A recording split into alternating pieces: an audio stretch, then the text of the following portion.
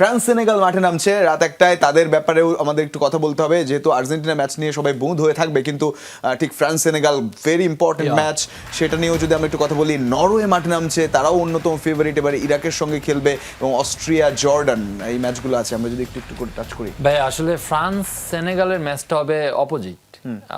France with বলে এবং speed দিয়ে আপনার খেলার চেষ্টা করবে। তাদের যে আপ ফ্রন্টে যে চারজন, মানে আপনি যদি ডুয়ে, ডেম্বেলে, এমবাপে এবং অলিসো, তো এই চারজন আপনার মানে এখন ওয়ার্ল্ড ডমিনেট করছে।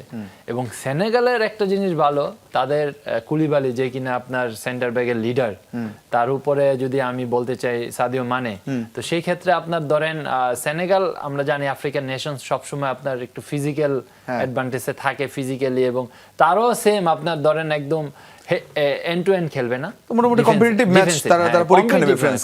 নরওয়ে নিশ্চয়ই ফেভারিট, অনেক নরওয়ে ফেভারিট।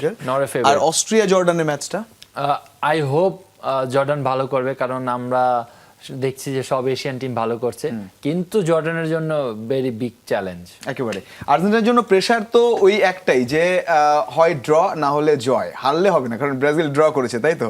কি এক্সপেক্টেড মানে প্রেডিকশন? না, স্কলে একটা first match very challenging match আর্জেন্টিনার জন্য।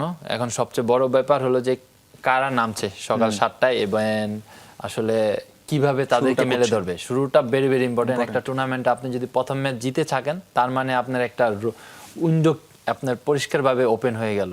সেই সময় আপনার 2টা ম্যাচ আরো বাকি থাকবে, তো আপনার একটা চান্স থেকেই যায়। আমরা শেষ করব, প্রেডিকশন দিতে চান? আর্জেন্টিনার ম্যাচের আর্জেন্টিনা আজকে জয়লাভ করবে ফর শিওর। কত? I hope Argentina goal concede করবে না, 2-0। ওকে, থ্যাংক ইউ সো মাচ।